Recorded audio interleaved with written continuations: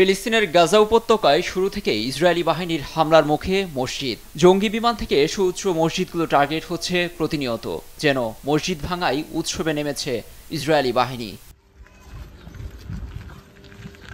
ফিলিস্তিনের ধর্ম বিষয়ক মন্ত্রণালয়ের বরাতে শুক্রবার মিডল ইস্ট মনিটর জানায়, চলমান অভিযানে কমপক্ষে ৩০০ ইমাম ধর্মীয় ব্যক্তিকে হত্যার অভিযোগ ইসরায়েলি সেনাবাহিনীর বিরুদ্ধে।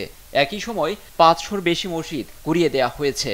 আংশিকভাবে ক্ষতিগ্রস্ত হয়েছে গাজার আরও অনেক মসজিদ। প্রতিবেদনে এসেছে, হামলায় ঐতিহাসিক আল ওমারি মসজিদও বাদ যায়নি।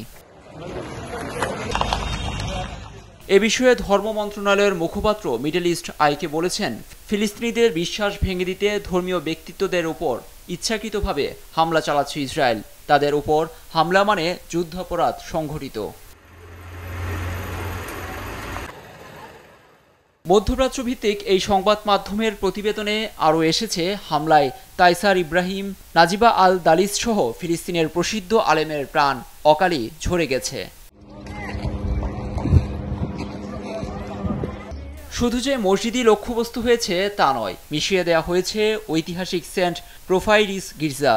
এ ধরনের বর্বরতা বন্ধে তাগিদ দিচ্ছেন ইসলামিক বিশেষজ্ঞরা। গাজা জুড়ে অধিকাংশ বাড়িঘর গুঁড়িয়ে দেওয়া হয়েছে। সম্প্রতি জাতিসংঘ জানিয়েছে, উপত্যকার বাড়িঘর পুনর্গঠনে প্রয়োজন হবে ৪,০০০ কোটি মার্কিন ডলারেরও বেশি, যার সময় লাগবে ১৬ বছরের বেশি সময়। লুৎফর কবির, নিউজ ডেস্ক, দেশ টিভি।